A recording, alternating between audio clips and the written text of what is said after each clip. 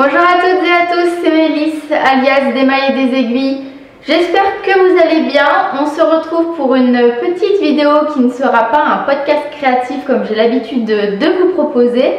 Mais ça sera une vidéo que j'ai vraiment hâte de vous mettre en ligne. J'avais vraiment hâte de la tourner, donc là ça y est, je suis excitée comme une puce. Mais je vais vous parler aujourd'hui de la première interview que j'ai pu donner. Et ça se passe avec Burda Maille.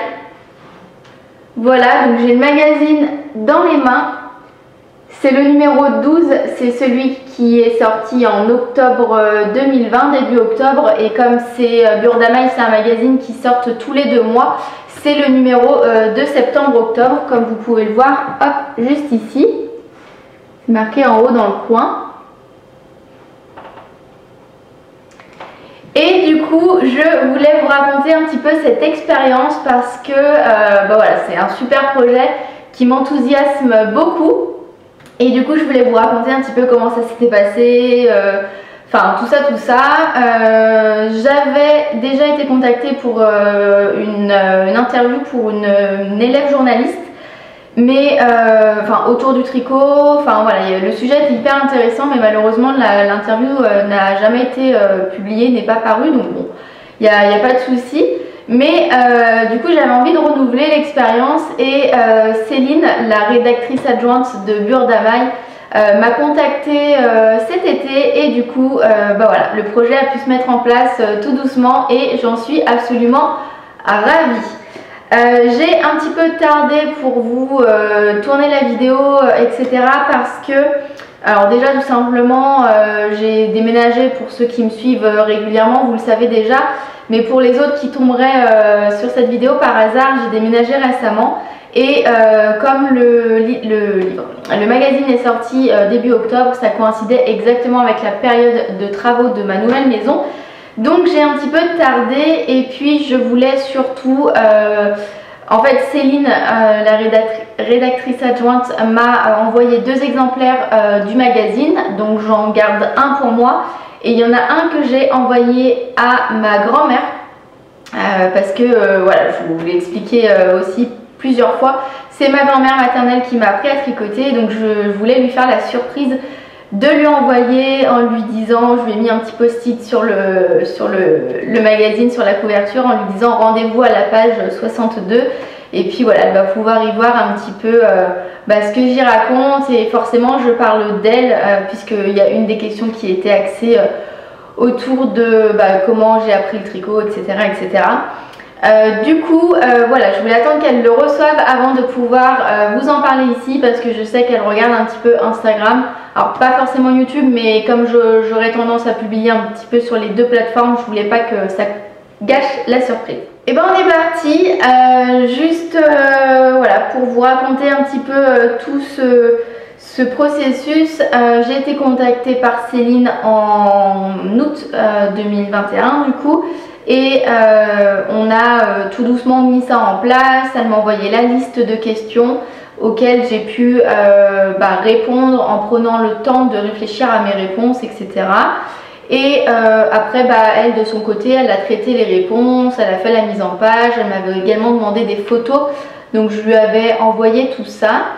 Et voilà, et puis après c'est le travail vraiment magazine, je pense, tout ce qui est après la mise en page, tout ce qui est les relectures, enfin voilà, tout ça, lier les articles les uns aux autres, faire l'introduction, faire tout ça. C'est un travail que je connais pas forcément, que j'imagine parce que voilà, on voit tout, enfin on voit le résultat final, donc on se dit il doit y avoir beaucoup d'étapes avant. Dont l'étape de l'impression également, puis la mise en vente dans les différents, je pense que vous pouvez les retrouver dans tout ce qui est les FNAC, peut-être les bureaux de tabac qui font un petit peu de magazines, enfin voilà, tout ça. Et donc c'est un travail qui a pris pas mal de temps, puisque je vous dis, j'ai renvoyé l'interview fin août.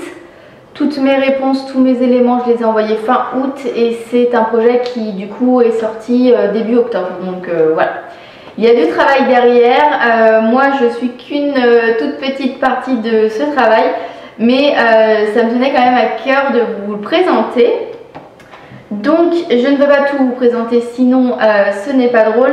Donc dès l'introduction, en fait, dès la première page, on parle, enfin Céline annonce que je suis l'interview de ce magazine et du coup voilà, déjà ça m'a fait super plaisir.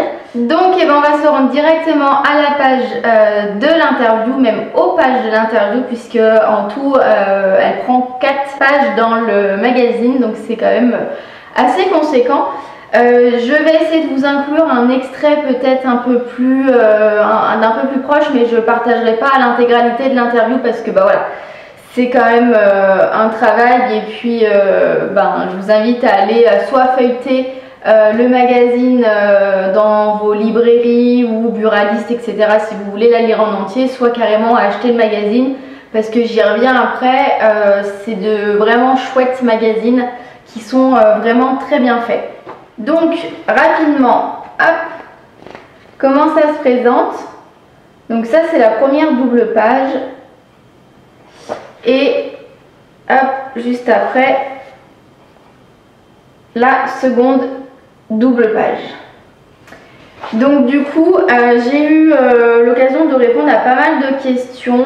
De mémoire, je crois qu'il y en avait 14. 4, 5, 6...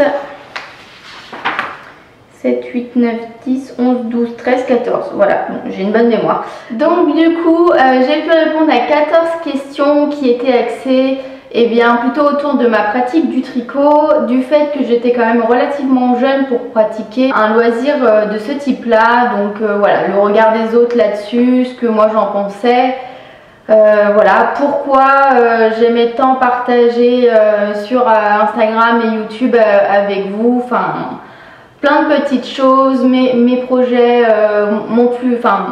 le projet qui m'a apporté le plus de fierté, celui qui m'a donné le plus de fil à retordre, voilà, comment j'envisageais ma pratique du tricot dans le futur, tout ça. Donc c'était hyper intéressant, ça m'a permis de me poser, de réfléchir vraiment pour pouvoir répondre aux questions de la manière la plus juste, la plus honnête qu'il soit. Et c'était vraiment un exercice très enrichissant. Après c'est ma façon de faire, mais j'ai d'abord lu les questions, j'ai commencé à noter mes idées à chaque pour formuler une réponse à chaque question. Et j'ai laissé un petit peu décanter dans un coin de ma tête, et voilà, j'y ai pas touché pendant 2-3 jours. Et après je suis revenue et c'est là où j'ai fait la formulation finale en vraiment mettant les mots que je trouvais le plus juste possible. Et voilà, j'ai vraiment pris le temps de réaliser cette interview. J'espère que si vous l'avez lue, qu'elle vous a plu, si vous avez l'intention de la lire, qu'elle vous plaira. En tout cas, ouais, c'était vraiment un chouette exercice et je me suis rendu compte que j'aimais vraiment beaucoup ça en fait, le fait de pouvoir me poser, de réfléchir, de faire quelque chose, de prendre du recul en fait intellectuellement, c'est quelque chose qui me plaît énormément. Céline a été adorable, vraiment, vraiment très à l'écoute et bienveillante. Et puis du coup elle m'a fait parvenir, comme je vous le disais, 2 exemplaires, donc c'est chouette parce que je peux en garder un comme souvenir et voilà, c'est super. Enfin moi ça a été une super expérience. Alors je voulais quand même vous faire une petite lecture en fait d'une réponse que j'ai pu faire à une des questions qui m'a été posée. Je ne pense pas spoiler ni l'intégralité de l'interview ni rien d'autre, puisque en fait c'est la question où je parle de ma grand-mère qui m'a appris à tricoter. Donc voilà, juste pour vous donner une petite idée, voici la question qui m'a été posée. Donc, comment avez-vous été attiré de prime abord vers le tricot plutôt que vers un autre art créatif? Et du coup, ma réponse: j'ai toujours vu les femmes du côté de ma maman pratiquer le tricot. C'est donc naturellement à l'âge de 6-7 ans que ma grand-mère maternelle, Danielle, m'a appris les points de base du tricot. Je me souviens avoir passé des après-midi entières à tricoter aux côtés de ma grand-mère à l'ombre des arbres pendant que mon grand-père pêchait dans la rivière. C'était en Bretagne et ce sont de merveilleux souvenirs. Même si pour être honnête, mes projets étaient de vrais morceaux de gruyère avec plein de trous. Je crois avant tout que cette transmission et le fait de pouvoir partager un loisir avec une personne qui m'est chère qui m'ont d'abord attirée dans le tricot. Voilà, je vous laisse du coup découvrir le reste de l'interview si vous en avez envie, mais en tout cas c'est vraiment un passage qui me tenait à cœur et c'est également pour ça que je vous disais que je l'ai envoyé à ma mamie parce qu'il faut rendre à César ce qui appartient à César. Et que si aujourd'hui je tricote, c'est grâce à elle et surtout, voilà, il n'y a pas d'autres personnes à qui je dois ça. Je m'y suis certes remise de moi-même il y a 6 ans quand je me suis mis en ménage. Voilà, j'avais beaucoup de temps et je me suis dit mais qu'est-ce que je vais faire tout ce temps libre, et c'est là que je me suis dit bon tiens, le tricot, on était en hiver, ça m'a tenté et j'ai jamais lâché. Mais la toute première fois que je me suis mise au tricot, c'est vraiment grâce à ma mamie, donc voilà. C'est comme ça et j'en suis vraiment très fière. Et puis cette vidéo sera également l'occasion de vous parler un petit peu du magazine en lui-même puisque j'ai eu l'occasion de le feuilleter, de voir comment il était construit. Donc voilà, si jamais vous ne connaissez pas, je vais vous le présenter un petit peu plus en détail. Donc je connaissais l'existence de Burda, Burda Maille également, mais je n'avais jamais vu de magazine de chez eux. Alors hormis les patrons de couture que j'avais déjà vu, mais bon, je considère pas ça forcément comme un magazine. Là du coup c'est un magazine, donc comme je vous le disais, qui est édité tous les 2 mois. Donc vous avez 6 numéros sur l'année et vous avez une sélection de modèles à l'intérieur avec les explications. Donc en l'occurrence dans ce magazine là, il y a 34 modèles et ils ont été répartis en plusieurs nuances en fait. Un petit peu les nuances de l'automne, c'est le thème du magazine.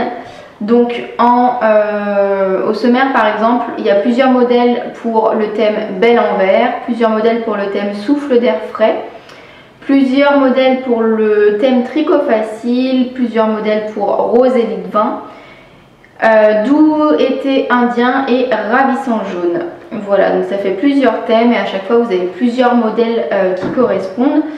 Je peux vous montrer peut-être, alors moi mon préféré c'est le rose évidemment.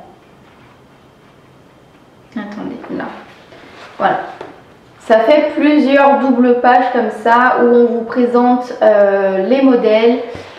S'il y a un créateur, on vous présente, on vous dit aussi quel est le créateur et on vous donne le type de fil utilisé et la marque. Donc vous pouvez, si ça vous tente, simplement reprendre la même chose. Du coup, qu'est-ce que je voulais vous montrer? Par exemple, ce gilet, je le trouve super beau.